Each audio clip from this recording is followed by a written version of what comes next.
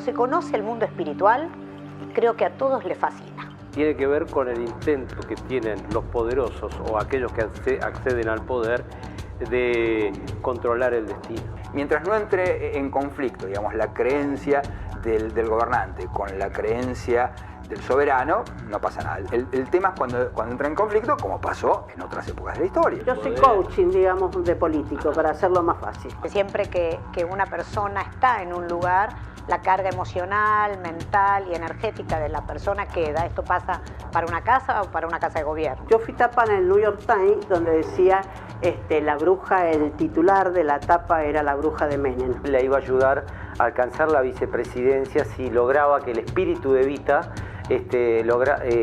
penetraba en el cuerpo de Isabel y toda la personalidad de Evita era transferida en la propia Isabel. La profecía del hombre gris es algo que escribió Benjamín Solari Parravicini hace muchos años.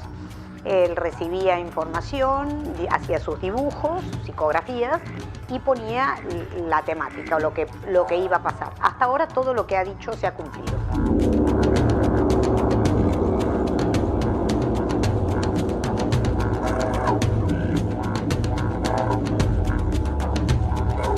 Señoras y señores, muy buenas noches. Bienvenidos a otro especial dominguero en Todo Noticias. Hoy vamos a hablar de la relación entre los presidentes o el poder mismo y el misticismo o lo esotérico. Y por eso estamos acá.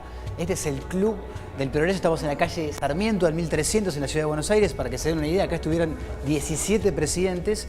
Sin ir más lejos, por ejemplo, en esta mesa reposaron los restos de Leandro N. Alem, entre otra gran cantidad de presidentes. Así que vamos a avanzar por acá para empezar con el programa. Me va a estar acompañando a lo largo de toda esta hora, nada más y nada menos, la persona que ustedes seguramente conozcan, es el señor Mario Marquich. ¿Por qué vamos a estar con Mario? Porque justamente él entrevistó a muchos presidentes y entiendo que estamos en un lugar en donde mi amigo personal, Mario Marquich, se debe sentir cómodo porque veo que ya ha tomado asiento. Marito, hola. ¿Cómo andás? ¿Cómo ¿Todo estás? bien? Sí, muy bien. ¿Eso me pertenece? Sí, cómo no. Qué amabilidad. Doble y negro, ¿no? Sí, señor. Marito, le explicaba recién a la gente la idea del programa de hoy. Sí. Y es hablar un poco de esta, voy a decir, extraña relación que hay entre el poder y el misticismo o lo esotérico. ¿Qué relación le encontrás vos a eso? Bueno, lo esotérico es como que navega entre la religión y entre... Bueno, es una cosa entre la ciencia, de tal modo que está presente desde el fondo de los tiempos en las actividades humanas y sobre todo está muy relacionado con el poder. Porque en mi opinión tiene que ver con el intento que tienen los poderosos o aquellos que acceden al poder de controlar el destino. Creo que todos los poderosos por lo menos no lo desechan como alternativa. Entonces ahí es donde aparecen los intercesores, los intermediarios, aquellos, llamale brujos, llamale esotéricos, tarotistas, las distintas mancias, ¿no? Desde nigromancia, cartomancia, las brujas, en definitiva, armonizadores, como se les dice más modernamente o en estos tiempos, pero todos ellos tienen el sesgo fundamental de que son como ruedas de auxilio en determinado momento por la posibilidad concreta que tiene el hombre de poder de querer no solamente acceder al poder, sino después mantenerse en el poder. Si es posible, averiguar a través de los augurios qué pasa en el futuro, qué pasará en el futuro, y todo eso le otorgaría, a mi juicio, a la gente que dirige la posibilidad de hacer efectivo ese deseo que tienen todos los hombres de controlar el destino. Te he visto entrevistar gente muy poderosa del ámbito empresarial, del ámbito político, presidentes, gobernadores, entre ellos, bueno, el actual Mauricio Macri. ¿Qué sabes vos de su relación con este mundo más místico o esotérico? Armonización, creo que lo ha reconocido incluso. Pero esto va de la mano también con que cuando se fue el anterior gobierno de Olivos, e incluso creo que cuando empezó a trabajar en la Casa Rosada, él notó que había ciertas vibraciones que no se correspondían con las de su agrado, por decirlo. Sí, lo de su agrado. Por lo tanto, creo que hizo, a ver, entre comillas, una especie de limpieza del lugar de trabajo, porque le daba dolor de cabeza, creo. Y después en Olivos, las vibraciones que recibía no eran las adecuadas. Y tanto es así que hubo todo un periodo, digamos así, de renovación total de la quinta de Olivos. Sí, una especie de higiene espiritual y incluso de la fachada. ¿Y vos qué pensás de esto? Quiero decir, de que un presidente haga limpiezas de este tipo más místicas, limpiezas místicas de los lugares en donde ejerce el poder. Yo creo que es inevitable eso. Digamos, es inevitable porque si no lo hace por de motu propio, se lo sugiere a alguien en el entorno. En el caso del actual presidente, esta higiene así de los lugares de trabajo, de los aposentos, tiene que ver con la idea de tener buenas vibraciones, y creo que si le hace bien, porque finalmente es una cuestión de, digamos así, de comodidad. Sí, si se siente mejor de ese modo, yo no veo que sea algo para nada negativo, ni tiene algo de secreto, ni ninguna cosa por el estilo. Bueno, aprovechando tu gran introducción, vamos a meter el primer informe del programa. Vamos ahora a ver la relación de Macri con este mundo místico y espiritual. Vean. Bueno.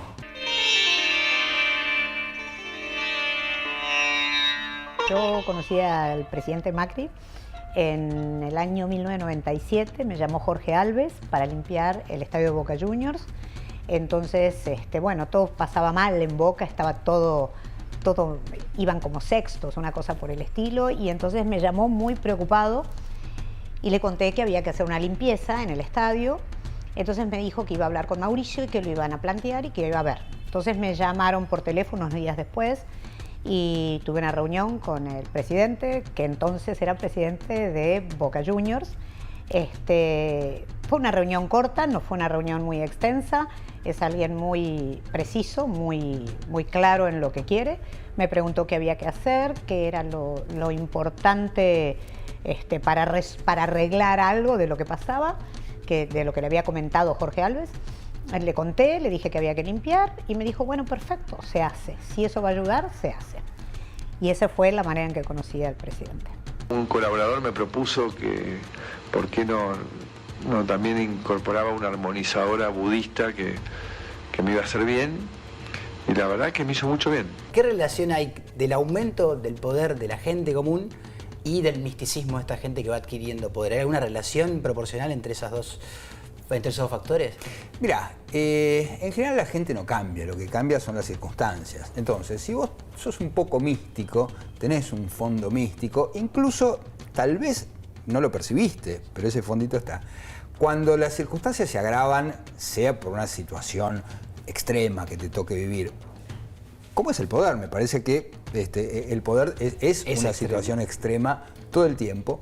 Entonces ahí esa base, que incluso podía no haber aflorado nunca, aparece.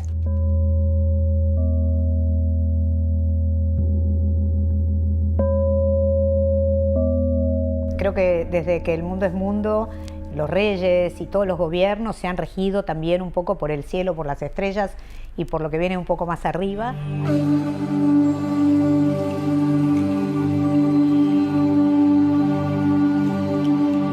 Cuando se conoce el mundo espiritual, creo que a todos les fascina.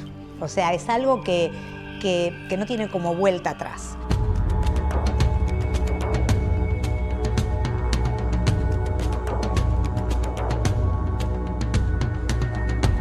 Desde que el mundo es mundo, los astrólogos y los videntes y las personas que tenemos contacto con otra realidad, digamos que hemos sido consultados.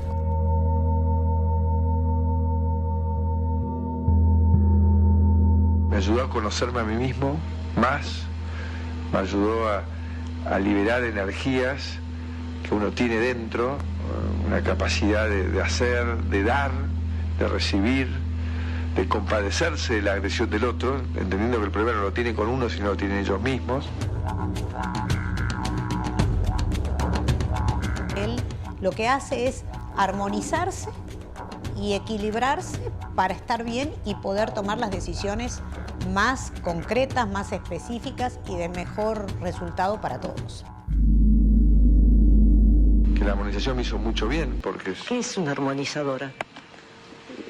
es una líder budista que te ayuda a reflexionar y después te genera a través de los cuencos tibetanos y de los gong una capacidad de adentrarte en vos mismo y de conectarte con áreas tuyas de tu cerebro que tal vez no utilizás. Macri, que es un presidente, tipo, por primera vez tenemos un ingeniero, alguien que no viene del derecho. Se supone que la ingeniería es una de las profesiones más racionales. Más alejadas al misticismo, uno estima. Más alejadas del misticismo, incluso más aún que los abogados. Me parece que el derecho tiene un costado místico, si se quiere, porque el derecho necesita de una apoyatura de creencia, de un dogma en última instancia. La ingeniería son números crudos, puros y duros. Entonces yo me acuerdo que lo conocí hace varios años a Macri en París, creo que esto fue en el 98, y me impresionó como un tipo sumamente racional, por supuesto. Y un Macri prepolítico en ese momento de poder empresarial, digamos. Él venía, mira, coincidimos en un congreso que organizó la UNESCO, que era de jóvenes líderes. Date cuenta cuánto tiempo pasó que éramos jóvenes. Bueno, y él siguió siendo líder y yo me quedé en escritor, afortunadamente. Entonces, yo jamás hubiera dicho que ese Macri que yo conocí en París tenía alguna aproximación al misticismo. Esta meditación, esta reflexión, te ayuda a conectarte con más áreas que te amplían tu capacidad de dar y recibir, que creo que es lo más importante que uno tiene que tener en la vida, ¿no? La capacidad de escuchar, de dar, de recibir, que finalmente es lo que te ayuda a ser feliz. Me parece que es una persona con conciencia, me parece que está muy bueno que sea budista o que haga armonizaciones con cuencos, porque la armonización con cuencos o una armonización espiritual es equilibrar el campo energético, mental y emocional para poder funcionar en esta realidad tangible que tenemos mejor. Es decir, nosotros tenemos una realidad material y esa realidad material se rige o se mueve de acuerdo a cómo esté nuestro cuerpo mental y nuestro cuerpo emocional. Una armonización espiritual lo que hace es alinear emoción y mente para que funciones en esta realidad de mejor manera. Hay que entender que la felicidad pasa mayoritariamente no por lo material. Lo que define tu felicidad es tu capacidad de realizarte en algo que a vos te apasione, que a vos te gratifique, que está ligado al hacer, el poder compartirlo con otros afectos.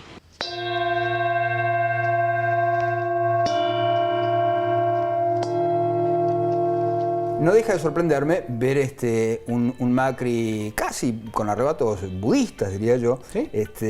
Que hizo de alguna forma una limpieza espiritual de la Quinta de Olivos, limpieza que creo que le hacía falta, ¿no? Digo, limpieza en sentido lato, en un punto, y entiendo que, bueno, estuvo fuertemente intoxicada durante literalmente llegó una persona que limpiara espiritualmente, se dice, desconozco el término, claro, el aura de la casa, digo bien. Claro, bueno, no sé, espero que haya sido plata bien invertida, qué sé yo. Yo si no lo veo, si no me mostrás la bolsa con los residuos espirituales, ¿qué crees que te diga? Me preguntaban qué le aconsejarías, yo contestaba lo que le aconsejaría y ponían, por ejemplo, sacar todo lo que hubiera en la Casa de Gobierno o en la Casa Rosada, limpiar o hacer una limpieza energética en los lugares, porque siempre que una persona está en un lugar, la carga emocional, mental y energética de la persona queda. Esto pasa para una casa o para una casa de gobierno. Yo dije, yo le aconsejaría sacar esas flores amarillas que tanto y Campiés hicieron en que se dejaban. Hay cosas que las siento y no las puedo explicar, simplemente las siento. Normalmente las flores amarillas se dice que son traición, no me gustan las flores amarillas a mí, no me gusta que me las regalen y no me gusta regalarlas, no me gusta dejarlas a alguien en ningún lugar, pero no sé, cuando yo me enteré de eso, yo vivo en México, así que yo estaba allá, cuando yo me enteré de eso, yo dije que saque las flores ya. En lo que a mí concierne, yo soy completamente, no solamente descreído, yo soy completamente ateo, digamos, intento no tener ningún dogma que me haga prejuzgar. Pero no dejó de sorprenderme estas declaraciones de Macri, porque además también había dicho que bueno, tenía una suerte, no sé si de guía espiritual, pero sí de alguien que lo conducía hacia un espacio de reflexión íntima. Empecé a hacer armonización y empecé a leer texto budista, y lo que vas es profundizando en el conocimiento de uno mismo. Te moviliza la energía de la acción. Eso es todo muy positivo, la verdad. Y la verdad que ahí me ha hecho bien, me ha hecho bien.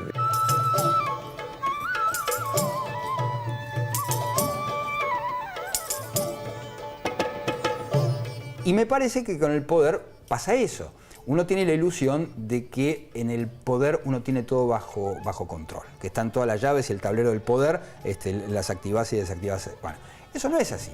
El poder me parece que te genera esa ilusión digamos, omnipotente, pero cuando estás ahí te das cuenta que no, que eso no falla, que tocas los botones y la verdad que no pasa nada.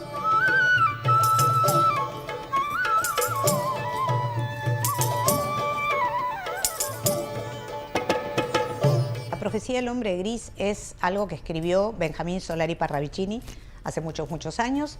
Él recibía información, hacía sus dibujos, psicografías y ponía la temática o lo que iba a pasar. Hasta ahora todo lo que ha dicho se ha cumplido.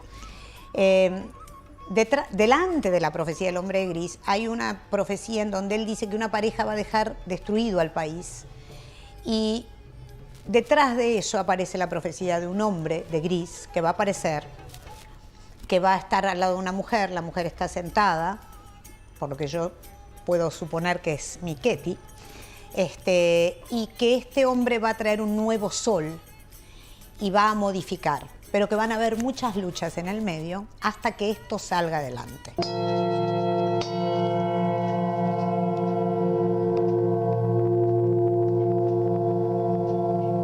Apelás a cualquier recurso que no esté de más, digo, porque la verdad es que en última instancia es inofensivo, tampoco la Inquisición. Yo me preocuparía, digamos, si estas creencias más o menos potentes, que en este caso, digo, me parecen más bien insignificantes, se quieren imponer sobre las creencias de la gente. Entonces me parece que mientras no entre en conflicto, digamos, la creencia del gobernante con la creencia del soberano, no pasa nada. El tema es cuando entra en conflicto, como pasó en otras épocas de la historia. Tiene que haber una política con espiritualidad, más allá de las diferencias políticas, religiosas, cada uno tiene que conectarse con eso que tiene adentro. En el caso del presidente Macri, él mismo lo ha dicho y lo toma como una cosa absolutamente natural y como parte, no tanto de ese mundo oculto, sino como un mundo bastante habitual en estos tiempos, ¿no?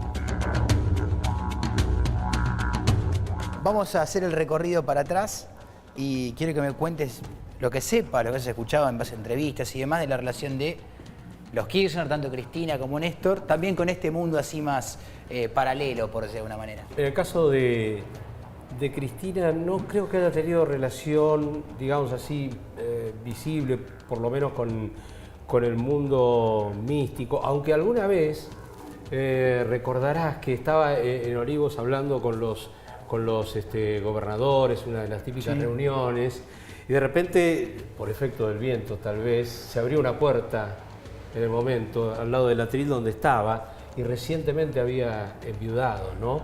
Y dijo, en un signo de complicidad con todo el auditorio, dice, ¿vieron? Acaba de entrar. Claro, era como, Mirá vos, no como quedó claro que estaba apelando a que había entrado como el espíritu del marido muerto. Claro. El pensamiento mágico se manifiesta de otras maneras también. En el caso de Néstor, por el lado de la superstición, la cábala. Acordate cuando asumió Carlos Menem, como senador en el Congreso Nacional y durante su mandato, que le hizo un gesto a su propia esposa, así, y tocó madera. Tocó madera, sí. Hacía estas cosas, por ejemplo, y una cosa muy interesante con Néstor, cuando fue a París, él, creo que solamente dicen, estuvo interesado por conocer una sola cosa, que era la tumba de Napoleón. Vos, para ver la tumba de Napoleón, tenés que subir a un lugar y ves el féretro. Ahí abajo, sí. Sí, abajo. Para ver la tumba de Néstor Kirchner, de igual modo, subís por una escalera caracol y también. Y al hacer esto estás haciendo una reverencia, ¿cierto? Bajando la cabeza en señal de pleitesía. Casualidad o no, algo de eso hay. Bueno, son historias que hacen y que tienen que ver con esta vinculación entre el poder y el pensamiento mágico, o los intercesores, o los que pueden generarte a vos un poder de anticipación, que era lo que decías vos.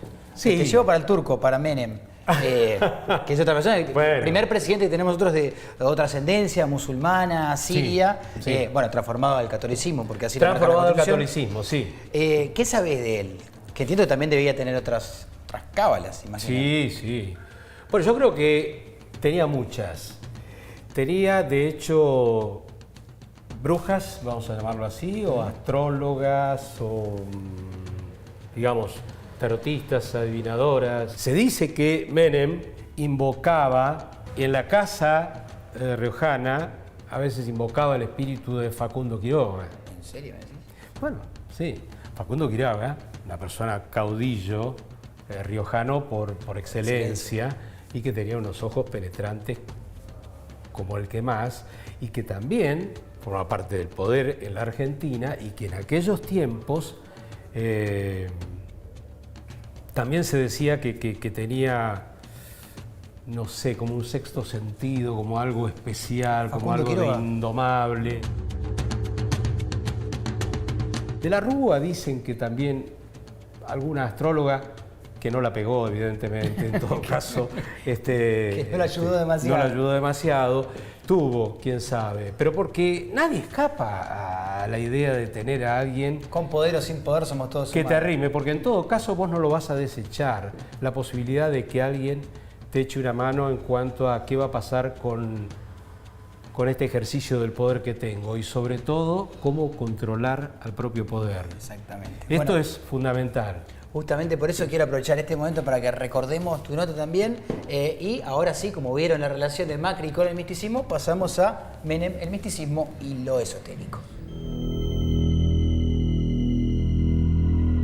Ellos a su vez son los brujos de las leyes, son los que algún día, a pesar de ellos, nos van a ayudar a demostrar que muchas de las cosas que nosotros decimos tienen razón. Ellos trabajan para nosotros en realidad.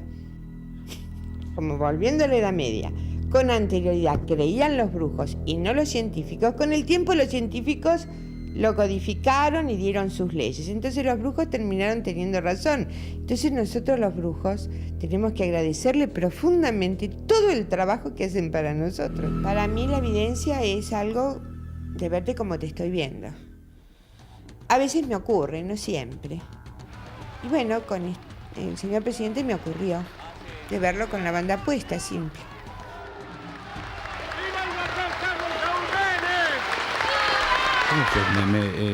Entra en el terreno de lo misterioso.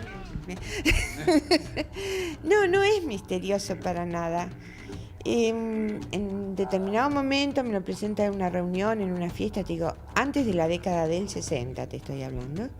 Alguno de nosotros va a ser presidente y de ustedes no. Aquel riojano que está allá, ese va a ser presidente. ¿Cuándo? ¿Qué sé yo? Como para el 90. Y ahí quedó todo.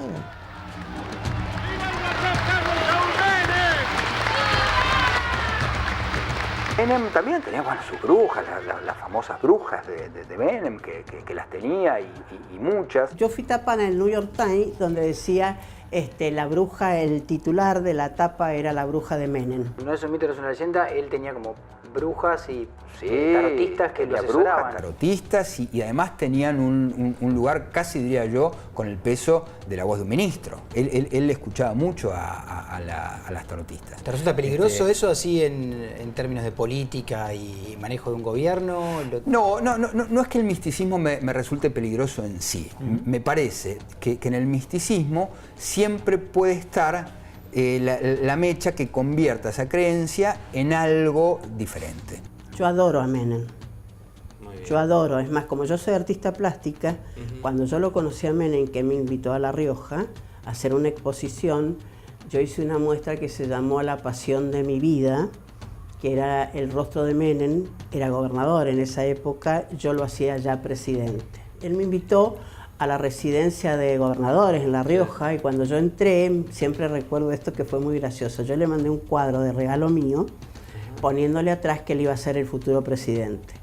Y cuando llegué a la residencia de él, de La Rioja, él me abrió las puertas y apagó las luces para que se vieran dos cuadros. Y te va a sorprender lo que te digo. En una luz iluminaba un cuadro mío y en la otra el poema de Antonio Esteban Agüero, Yo presidente. Yo me di vuelta y leí el poema de memoria, obviamente, pero en vez de poner Antonio Esteban Agüero, dije Carlos Saúl Menem. Y esa creencia, como te decía antes, se convierte, digamos, en algo tan poderoso que entra en colisión con otro grupo, con otra minoría u otra mayoría, entonces ahí eso sí hace explosión, quiero decir, como lo que vimos en tantos lugares. Por ejemplo, insisto, en la Alemania nazi o en la época de los 70 durante el gobierno de Perón. Yo soy coaching, digamos, de político, para hacerlo más fácil. A ver. Entonces, le digo como la forma de vestirse, la forma, si es mujer, de maquillarse, la forma de comportarse, la forma... Viste que la mayoría de la gente cuando habla mueve las manos, y uno por mirarle la mano a la persona o que tiene en la mano no escucha la voz de la persona. Sí. Entonces, fíjate que yo les digo, bueno, si no puede dejar de mover las manos, tome una lapicera, un papel, algo para intentar no perder tanta energía en la charla. Que sea puntual lo que va a decir. En su momento le dijiste, ¿va a ser presidente? Sí. ¿Pero así con una fecha o cómo fue? ¿O va a ser al con futuro? Todo, yo puedo decir fecha, hora, todo lo que se te ocurre. ¿Con todos los datos? Con todos los datos. ¿Y Menem preguntaba todo eso? No, no pregunta nada. Él es cáncer. Es muy cerrado. Ah, mirá vos. Y muy respetuoso. Eso es importante que la gente, viste que la gente te indaga, te vuelve loca de cosas. No, es respetuoso, eso es importantísimo. Y si ves la tapa de la revista Noticias, dice, Menem se va a volver a casar. Y él dijo que no. Lo que desespera a los presidentes es el futuro.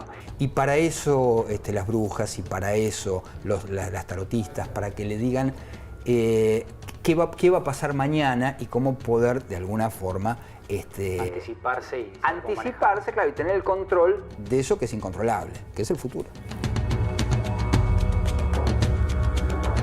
Bueno, y vamos a ir dejando atrás este bloque, quedaron detrás nuestro las brujas de Menem, pero nos vamos a meter quizá en uno de los capítulos más oscuros y siniestros de la historia nacional. En el próximo bloque nos vamos a ocupar de nada más y nada menos que del brujo López Rega. Así que aguántense la pausa, que a la vuelta todavía queda lo peor de la historia nacional y quizá lo más interesante del programa. Quédense ahí.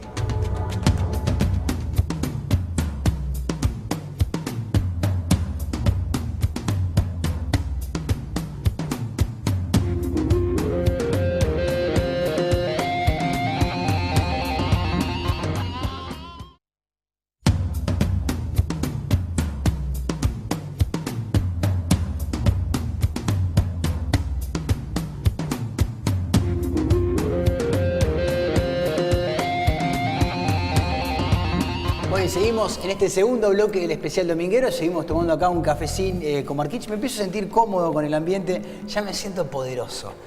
Todavía no me siento tentado con la parte mística. Cruzá los dedos. Cruzá los dedos. Pero bueno, quiero llegar quizá al político, al poderoso más místico que hemos tenido en nuestra historia contemporánea, por lo menos, que es el siniestro, el brujo, López Rega. Pasó a la historia, ¿no? Como el nombre del brujo. Directamente. Sí, despectivamente se lo decía. Y verdaderamente López Rega tiene una carrera asombrosa, tanto en lo siniestro, digamos así, que tiene que ver con con que fue el creador de la AAA, que mató por lo menos a 1000 personas directamente, inauguró con él, fue la cabeza visible del comienzo del terrorismo de Estado, nada menos. La patada inicial. Sí. He venido a ver a muchos amigos, he venido a darle un abrazo del general a todos los amigos que tantos años han luchado dentro del movimiento, he venido a mirar un poco para que la realidad sea verdadera. López Rega también era parte de la orden de los Rosacruces y también hacía ritos umbandas. Por ejemplo, en el año 70 él va a Brasil, a Porto Alegre, a un rito que se llama Candomblé, donde estaba el Wilson, que era como el maestro candomblé de los umbandas de esa región.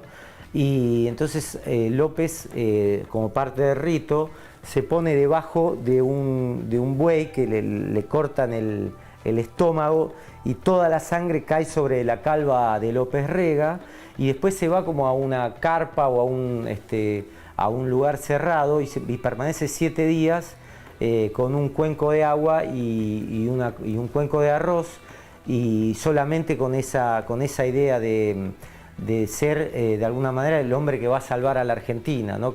Con esa sangre disecada sobre su cuerpo del buey, López sale de ahí con un ímpetu nuevo de que llegara a ser el salvador de la Argentina. ¿Cómo vio la realidad argentina? Bueno, el pueblo lo ha encontrado en un estado de tristeza y de necesidad muy grande que no coincide con la grandeza nacional. El breve periodo que le tocó gobernar a Isabel Perón, él fue de alguna manera la persona que le puso los ministros, que le armó el gabinete, y que en algunos discursos de Isabelita que están grabados por la televisión, Isabelita habla y él atrás está como diciéndole qué cosas tiene que decir. Susurrándole el discurso, digamos. Sí, y en otro momento se lo ve parado frente a, digamos, detrás de Isabel, moviendo los labios como anticipándose al discurso.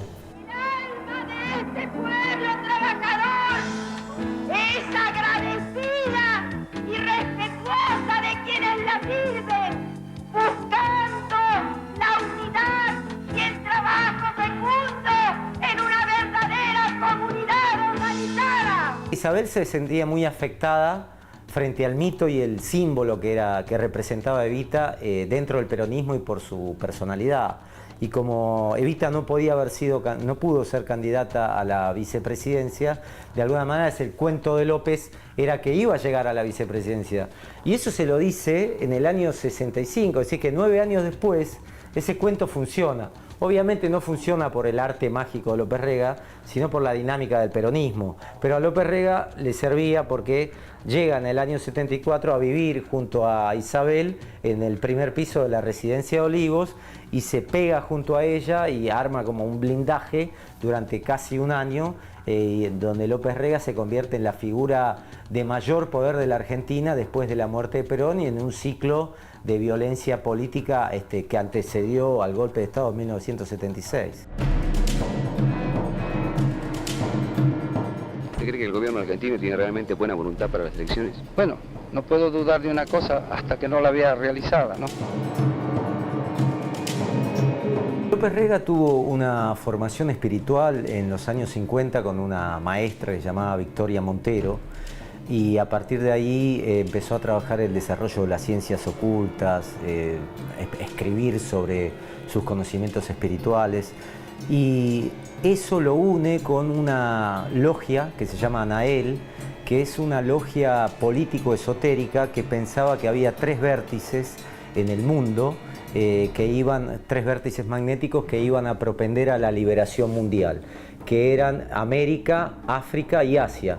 Entonces se llamaban los vértices de la AAA, que después va a tener otro tipo de manifestación, obviamente, en la vida de López Rega en los años 70. Pero a través de esa secta político-esotérica, López Rega se vincula con Isabel Perón porque en el año 1965 Isabel viene a la Argentina y esta Anael la recibe en una casa en Caballito.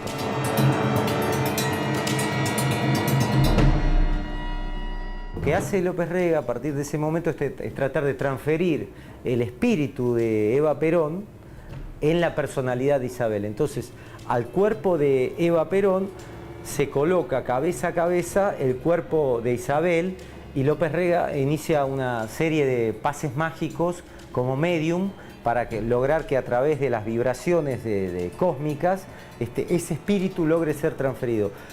Eso obviamente López Rega hace todo ese trabajo a 15 metros de donde estaba el dormitorio de Perón.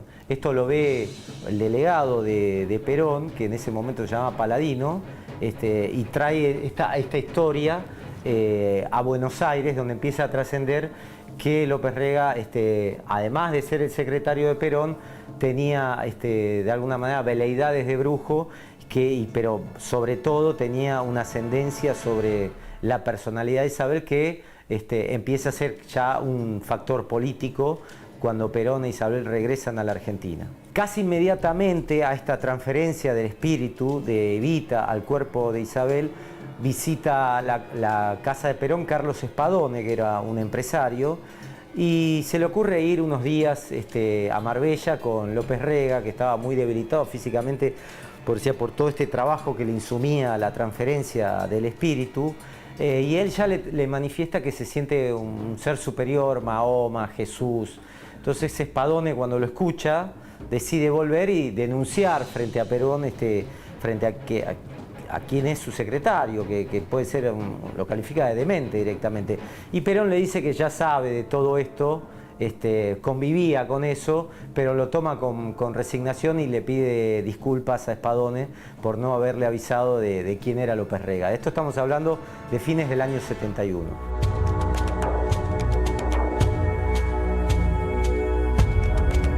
En septiembre de 1971 llega el cuerpo de Evita a la residencia de Puerta de Hierro. Perón estaba muy enfermo ya y le delega la presidencia a Isabel, que hace una reunión de gabinete por la mañana, y después llega la información de que Perón se está descomponiendo y que se había caído de la cama. Entonces va el médico de Perón, que era ministro de Educación, que era Tayana, estaba el padre Poncio en ese momento, que en la casa, en la residencia de Olivos, y bueno, y está medio gabinete viendo cómo se está muriendo Perón. En el monitor telemétrico aparece una imagen de fibrilación ventricular. La enfermera dice que, Norma Bailo dice que Perón dijo, percibió que perdía. Digo, esto se acabó, dice que dijo eso. Y bueno, perdió el conocimiento. Empezamos lo que es una reanimación en el suelo, con un montón de cosas dispersas, en un lugar grande como este. Gas, algodón, catéter. Y como si fuera a esta distancia allá, toda como una platea de gente que estaba mirando. Ojo, miraron una resucitación, mucha gente, a Perón no, estaba Isabel, y llegaron Liotta, Tayana, llegaron todos. En 15 a 20 minutos llegaron todos.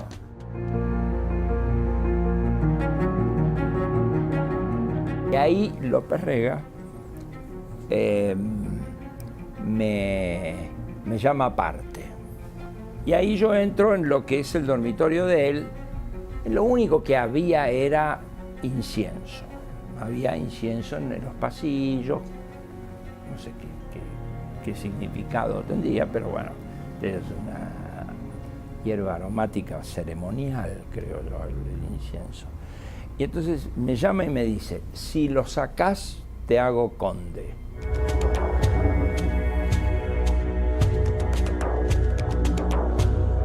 Y cuando ya se ve que clínicamente Perón estaba muerto, interviene López Rega, lo toma de los tobillos, elabora algunos mantras, algunas frases monótonas, lo toma de los pies y le dice, Faraón, no te vayas, y lo intenta, explicando que lo intenta retener con todos sus esfuerzos, retenerlo en la tierra, frente a todo, en el momento dramático de la muerte de Perón, López Rega clamando, Faraón, no te vayas, y diciendo que varias veces había sucedido esto y él lo había retenido en la tierra.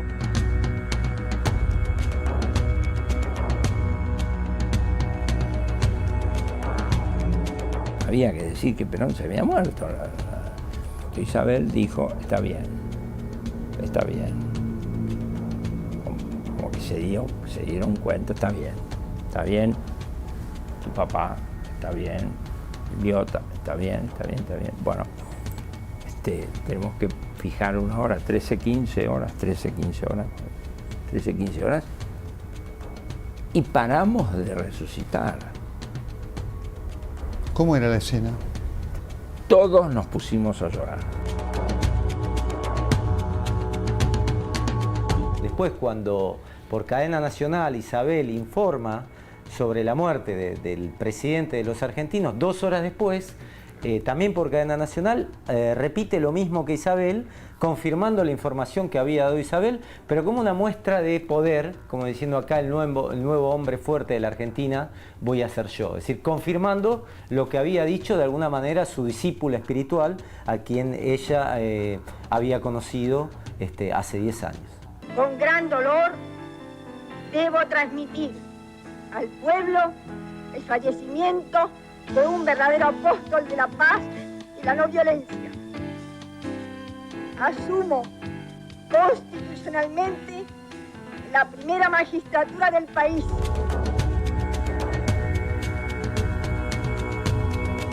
López podía contener a Isabel en base al discurso esotérico.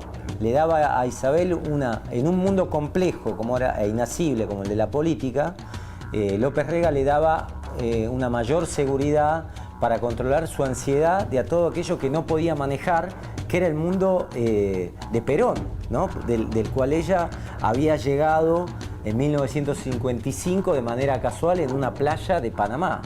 Entonces, al tener a López Rega 10 años después como secretario, le permite como una afirmación a introducirse en el mundo de la espiritualidad y de la política. Después, el que la elige vicepresidenta a Isabel en la fórmula con Perón es el Partido Justicialista, no es López Rega.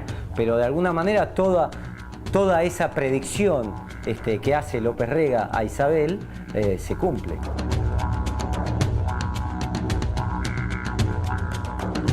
Yo creo que la política y el poder tiene zonas paranoicas que son casi incomprensibles para sus propios protagonistas. Entonces, los propios protagonistas no pueden asir de alguna manera el control de ciertas cosas y buscan en el ocultismo, en armonizadores, el arte de vivir, es decir, todas situaciones que van más allá de lo racional para buscar una armonización de la personalidad, del destino de la política que le ayude a comprender en una zona constantemente resbaladiza donde hay un choques de intereses constantes, económicos, políticos, sociales.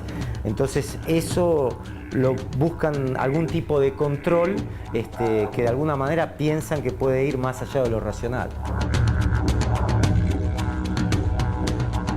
Isabel de alguna manera queda deslumbrada por López Rega porque es el que tiene conocimientos esotéricos y ocultistas más cercanos, y hay que comprender también que Isabel había sido por una familia ocultista, la familia Cresto, que era de Corrientes, y entonces todas las palabras de López Rega tenían una resonancia diferente.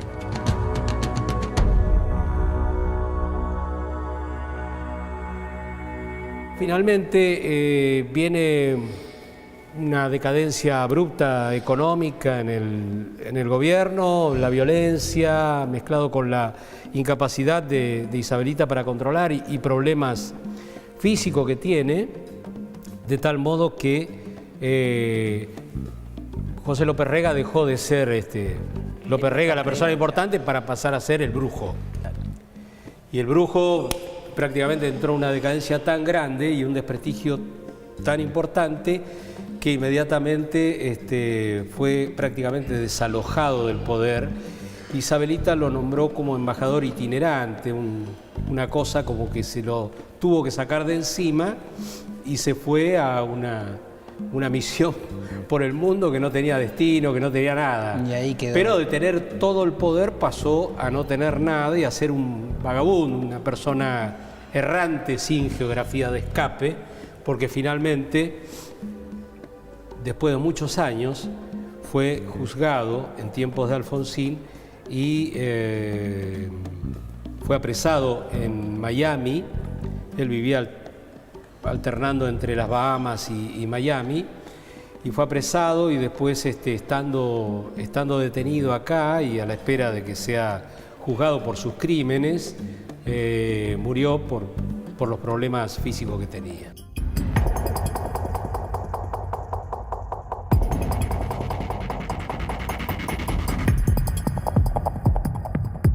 Bueno, y me quedé acá en la soledad del poder, seguimos acá en el Club del Progreso y empiezo a sentirme cómodo en las instalaciones, pero para ustedes hay una mala noticia y es que se viene una breve pausa. Y les voy a pedir a todos que contengan un poco la ansiedad y que se queden, porque en el próximo bloque nos metemos a fondo con la maldición de los gobernadores. Así que ya les dije, breve pausa y nos volvemos a ver a la vuelta.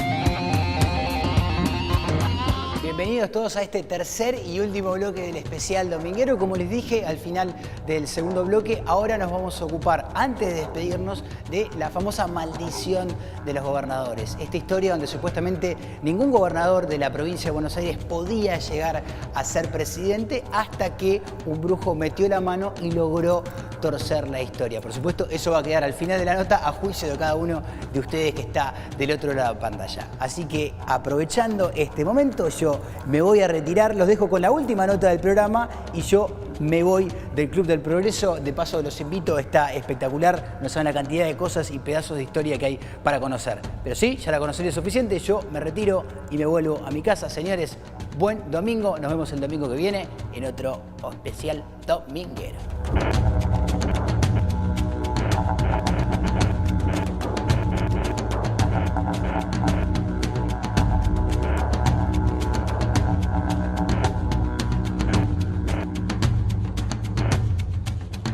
La maldición de los gobernadores de la provincia de Buenos Aires, que efectivamente ninguno ha llegado a ser presidente. Yo entiendo que tiene una explicación política y eso, no hay magia y no hay tal. No hay esoterismo de por medio. No.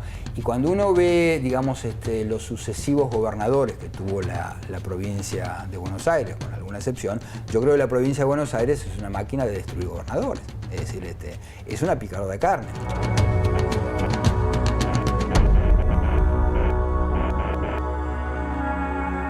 Los brujos de Chávez relata cómo un presidente obsesionado con el poder le pide a su bruja que le eche las cartas para ver cómo le va a ir el día o para saber cómo le está yendo la conspiración, y poco a poco la asertividad es la que lo lleva a él a convencerse de que estas cosas funcionan realmente. Todas las versiones coinciden en que lo hizo en Cuba con un grupo de babalaos cubanos. Hugo Chávez hablaba con una persona que tenía al lado y que decía que era Simón Bolívar, y siempre el pollo y el plátano que dejaba era para supuestamente el provecho del Libertador. Todas esas historias fueron contadas y de ninguna manera fueron desmentidas nunca por el propio Hugo Chávez. Los propios custodios del Palacio Presidencial me terminan confesando que allí efectivamente se realizan sesiones de espiritismo, tal como me lo había informado el primer babalao venezolano que yo entrevisté para esta investigación. Cristo del 11 de abril, corazón de rosa y de millones de corazones, amor sublime, amor supremo. Chávez no solo utilizaba la santería, sino también todo tipo de supersticiones de sus allegados para intentar generar simpatías a su favor. Y bueno, ese recorrido termina prácticamente con la exhumación, ¿no?, de los huesos de Simón Bolívar, que algunos de sus detractores interpretan como que le cayó la maldición de Bolívar al exhumar su cadáver. Ese momento en el que él habla con Bolívar y le pregunta si esos huesos son de él, y Bolívar le responde a través de su voz. A raíz de la exhumación de los huesos de Simón Bolívar, algunos de los altos jerarcas del chavismo comienzan a sufrir muerte violenta, otros una muerte más dolorosa y lenta, como el caso del propio Hugo Chávez. Y comienza a surgir en el imaginario colectivo de que ese acto tal vez pudo haber ocasionado una consecuencia nefasta sobre todos los que organizaron ese acto, y que la maldición del espíritu de Bolívar, así se llama y se conoce popularmente, pudo haber caído sobre el chavismo. A los empleados públicos no se les exigía pertenecer a ninguna religión, pero ellos, al ver que su jefe era santero, creían que al ellos ingresar en la santería estarían mejor vistos por sus superiores.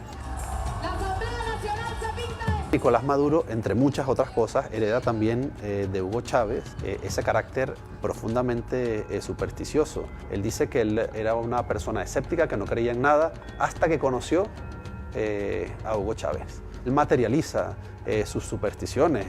Hugo Chávez se le aparece a Maduro en todas partes. Se le apareció en el metro, en el cuartel de la montaña, hasta en forma de pajarito. Yo entré a una capilla chiquitica, como a las 8 de la mañana, 8:30, y de repente entró un pajarito chiquitico y empezó a silbar, un silbido ahí, bonito. Silbó un ratico, me dio una vuelta y se fue. Y yo sentí el espíritu de él. Lo sentí ahí como dándonos una bendición. El castrismo utilizó esta debilidad de Hugo Chávez y del chavismo, creyente en la santería, en estos temas espirituales, para tejer una red de inteligencia. Fidel Castro, viendo en Hugo Chávez ese carácter profundamente supersticioso, lo rodeó de babalaos no solo a él, sino a los gobernadores, a los jefes de la policía, a los militares, para tener un control cercano sobre ellos. De modo que estos babalaos cubanos, que llenaron con su presencia todos los estamentos políticos en Venezuela, no solo eran los consejeros espirituales de los jerarcas del chavismo, sino que también eran los espías. A través de estos consejeros espirituales, Cuba tenía un control absoluto, completo, rotundo, total, de lo que estaba sucediendo en la alta jerarquía del chavismo.